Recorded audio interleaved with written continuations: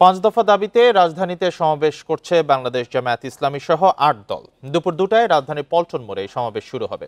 এ বিষয়ে আরো জানাতে যোগ দিয়েছেন সহকর্মী জাহিদুল ইসলাম। জাহিদ, দুপুর ২টায় তো পল্টনে এই সমাবেশ হবে। জামায়াত ইসলামের আমির ডক্টর শফিকুর রহমানও বক্তব্য রাখবেন, অন্যান্য দলের শীর্ষ নেতারাও থাকবেন। একটু বিস্তারিত জানাবেন এই সমাবেশ সম্পর্কে।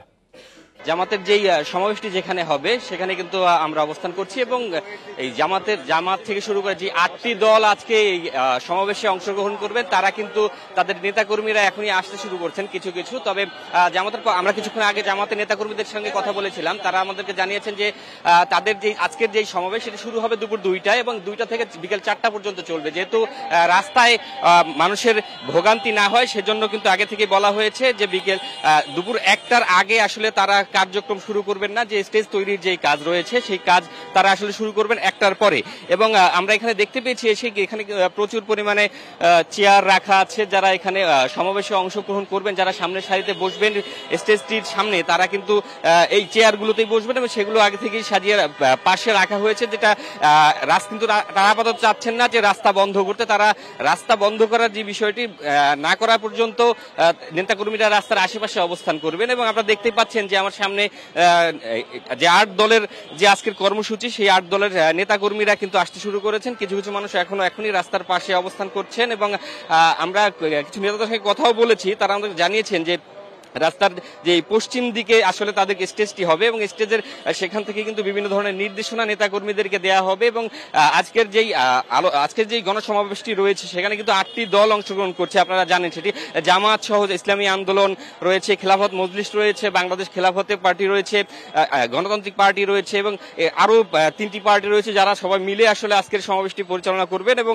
আজকের যে সমাবেশ থেকে সরকারকে নানান রকম সরকারের উদ্দেশ্যে নানান দাবি দেওয়া পেশ করা হবে। এবং আমরা যেটি আগে থেকে জানি যে তাদের যে মূল দাবিগুলো রয়েছে তার মধ্যে একটি হচ্ছে গণভোট এবং আরেকটি রয়েছে পিআর পদ্ধতি। এছাড়াও কিন্তু যেই এখন পর্যন্ত যে আমরা যেটুকু জানি সেটি কিন্তু আসলে সরকারকে তারা আগে থেকেই বলে দিয়েছেন যে আজকের পর থেকে তারা আরো বড় আন্দোলনে যেতে পারেন যদি সরকার তাদের যে ৫ দফা দাবি রয়েছে সেই ৫ দফা দাবি আসলে পূরণ না করেন। আমরা নেতাদের কর্মীদের সাথে যেভাবে কথা বলি তারা আমরা সকাল থেকেই কিন্তু তাদের সঙ্গে যোগাযোগ করেছি এবং তারা আমাদেরকে জানিয়েছেন যে আজকের যে দিনের কর্মসূচি রয়েছে সেটি যেহেতু মানুষের সমস্যা তৈরি করতে চান না তারা, এবং সেই ক্ষেত্রে রাস্তা বন্ধ করে আসলে করবেন কিনা সেটি আমরা জানতে চাইছিলাম। তারা বলেছেন যে আসলে আজকে তাদের যেই কর্মসূচিটি রয়েছে সেটি ২ ঘন্টার জন্য তারা আসলে করবেন এবং সেজন্য দুপুরের আগে তারা আসলে স্টেজ তৈরি করবে না। দুপুর ১টার পরে যেহেতু ২টা বাজে তাদের কর্মসূচি শুরু হবে, সেক্ষেত্রে নেতাকর্মীদের আগে থেকেই বলা আছে যেন তারা রাস্তায় ভিড় না করেন এবং দুপুর ১২টার পর থেকে যেন সবাই আসতে শুরু করবেন। ১টার আগে তাদের কোনো কর্মসূচি থাকবে না এবং তারা এই স্টেজ পরিচালনার যে কাজ, স্টেজ তৈরির কাজ, এছাড়া যে আনুষঙ্গিক প্রস্তুতি রয়েছে সেই প্রস্তুতিগুলো তারা আসলে আরো পরে করবেন। এবং আমরা কিন্তু কিছুক্ষণ আগেও মানুষের সঙ্গে কথা বলেছি, তারা আমাদেরকে জানিয়েছেন যে তারা পরবর্তী যেই আজকের যে গণসমাবেশের যেই অনুষঙ্গ রয়েছে সেগুলো তারা কিছুক্ষণ পরে আসলে প্রস্তুত করবেন এবং দুপুর ১টার দিকে আসলে তারা স্টেজের কাজ শুরু করবেন। আর আরেকটি বিষয় হচ্ছে দুপুর ২টা থেকে বিকেল ৪টা পর্যন্ত এই কর্মসূচি শেষ হবে তাদের।